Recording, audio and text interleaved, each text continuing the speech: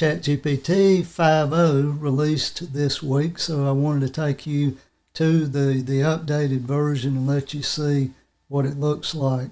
So we go to the screen, and you're going to see some similarities based on what you've seen in the past. On the left, we still have the GPTs. So I had created some GPTs over the last year. It looks like those have been brought into the environment, which is a good thing. So you can create GPTs based on a particular topic, upload PDFs in the background on the GPTs, and then the answers you get are based on the PDFs that you've got in the background for that particular GPT. So you still have that function. You can still create new GPTs, is my understanding. If you ever want to go to a new chat, you'll just click here and that'll take you to the main screen. Also, we see over on the left projects. So I've created some projects over the last year. For example, I have GASB 68 on pensions. I've got one on GASB 103, which is a new standard about financial reporting in governments. So those also were brought into ChatGPT 5. So glad to see the work I've done before is still present in the new product. You can also see the history of my chats over on the left again. That is similar to what we saw before. Now, if you go here, you're going to see the different models. So you're going to use the standard GPT-5 unless you tell it to use one of these other models. So the thinking model, it thinks it'll take longer to get the answer, but you'll get a more thorough answer. Also on the Pro version, it's even deeper than thinking. And so if you go here, you'll get an even more detailed answer. Now, some of these are only available for certain versions of ChatGPT. So I'm using the Teams version, and you have to pay for that. So you may or may not see some of these other versions, but it's my understanding that GPT-5 is actually available in the free version. You may not see these, but you'll have the standard GPT-5 version. You still go here to ask questions.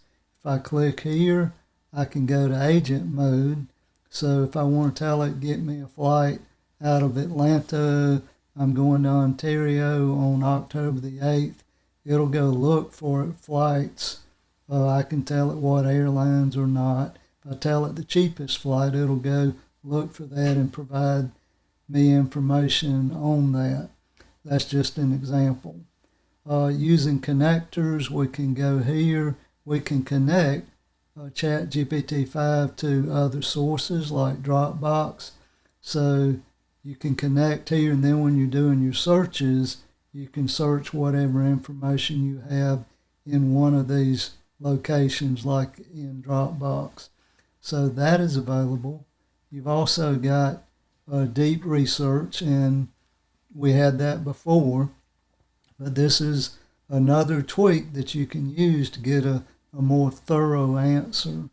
We can create images also in here, and then we can do web searches, we can use Canvas, and a new thing I'm seeing is study and learn. So if you want to study and learn about a particular topic, you can do that here. We also have dictate, so if I click here and start talking, it'll put whatever I say in the box, and then I'm not having to type. You've also got a voice mode, so if I click here, I can begin to have a conversation with ChatGPT-5. You may be wondering, are the legacy models still available at the moment? The GPT-4o, or that 4, I think that's Omega, is still available. Some of the other legacy models are not available, at least I'm not seeing them here.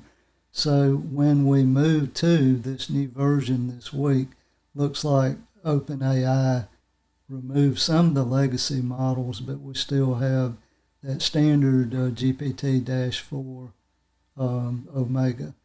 So just wanted to give you a quick overview of what I'm seeing with ChatGPT 5.